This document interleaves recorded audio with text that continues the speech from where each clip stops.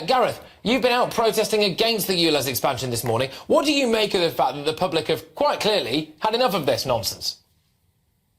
Well, I don't blame them.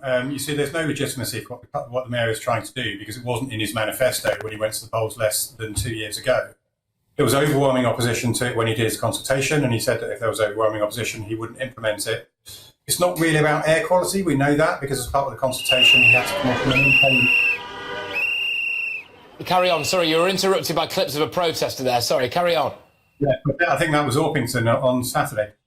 We know that it's not about air quality because as part of the consultation, he had to produce or get an independent company to produce a report examining the impact of expanding the zone. And they came back and said it would have a minor to negligible impact. So what he's looking to do here is to massively impose a restriction on people's standard of living for no reason whatsoever other than to raise money. So I'm not surprised that people have had enough.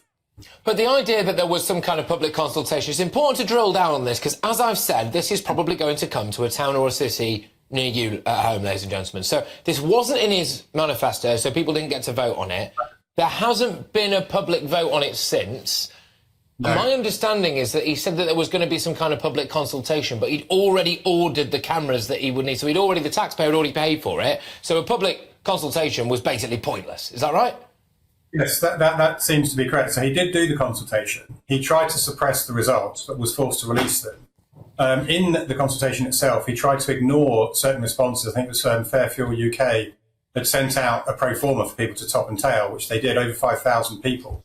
And that was apparently treated as one response rather than 5,000 responses, although environmental groups did something very similar, and he counted each of their responses individually. But despite all of this, over 60% of people said no. 70% of Outer Londoners said no, and 80% of Outer London businesses said no. Then it turned out that halfway through the consultation process, he'd been interfering with it and sending targeted mailing to people and online advertising to try to get certain groups he thought would support the ULEZ to try to respond to the consultation. And as you just said, he'd already bought the cameras. So I've got to ask you quickly, because you're a bit pressed for time there. You're saying this isn't going to have a massive environmental impact. Can you prove that? And secondly, is it just about raising money? Is that just what this is then for you?